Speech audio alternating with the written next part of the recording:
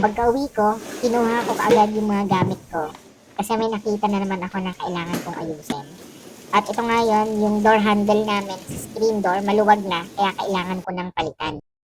Kaya yun, kinuha ko na yung extra ko dito na door handle para ikabit. So, sinukat-sukat, pero ang ginawa ko muna, inalis ko muna yung screw na meron dito sa old na handle.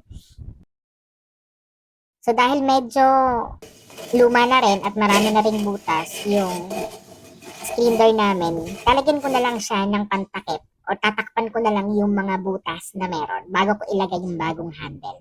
So, ayan, binutasan ko muna gamit yung drill na meron ako para at least diretso na mamaya yung mga screw na ilalagay ko.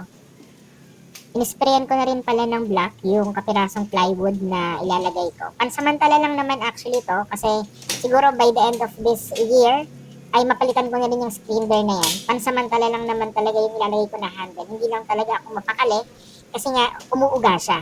So ayun, naikabit ko na pati yung screw niyan at ikakabit ko na yung mismong handle niya. Nilagyan ko na rin ng washer yan, magkabilaan, para hindi magagasgas yung handle at saka yung kahoy na ilalagay ko.